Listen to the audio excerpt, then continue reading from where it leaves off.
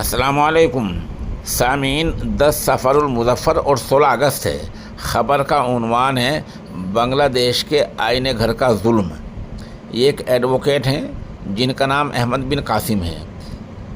جب وہ 32 سال کے تھے، سادہ کپڑوں میں کچھ لوگ آئے، ان کو گھسیٹ کر لے گئے اور آئینہ گھر میں لے جا کر ڈال دیا۔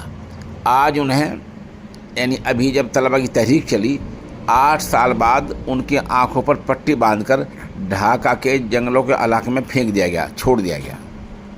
ان 8 سال میں ان پر کیا بیتی؟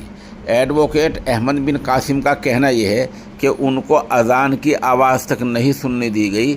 اذان کے وقت میں پورے وقت میں تیز تیز موسیقی چلائی جاتی تھی۔ اس گانے بجانے کی آواز میں ان کو اذان کے پتہ نہیں چلا۔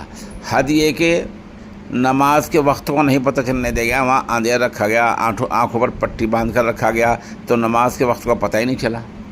اور ان کی گرفتاری کے بعد 2-4 دن بعد ان کے والد کو پھانسی بھی دے دی گئی۔ انہوں نے بتایا کہ یہ ظلم ہو رہا تھا اور وہ ایک دیندار مسلمان ہیں، وہ نماز پڑھنا چاہتے تھے لیکن وہاں یہ سب کچھ نہیں ہو پایا ہے، ظلم کی حد ہو رہی تھی۔ اب طلبہ کی تحریک چلی اور اس طرح وہ باہر آ گئے۔ وہ اللہ کا شکر گزار ہیں اور اللہ کا شکریہ ادا کرتے ہیں۔ سامعین، اس پورے معاملے کو لے کر ہم نے تفصیلی رپورٹ اپنے آن لائن اخبار dastakdaily.com پر ابھی چند منٹ پہلے اپلوڈ کی ہے۔ آپ وہاں جائیں، گوگل میں سرچ کریں۔ اگر نہ ملے تو ہمارے نمبر 96 27 70 90 14 پر رابطہ کر لیں۔